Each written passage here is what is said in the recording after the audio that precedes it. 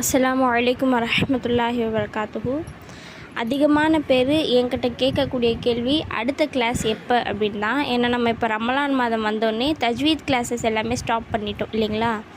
அதான் எல்லோரும் கேட்குறீங்க. நிறைய பேர் மெசேஜும் பண்ணியிருந்தீங்க. சிலருக்கு ரெஸ்பான்ஸ் பண்ண முடியல, மன்னிச்சிக்கோங்க. இப்போதைக்கு தஜ்வீத் கிளாஸஸ் அவைலபிள் இல்லை. ஏன்னா எனக்கு கொஞ்சம் உடம்பு முடியல. அதனால் தஜ்வீத் கிளாஸஸ்னால் உங்களுக்கு 3 months ஆகும்.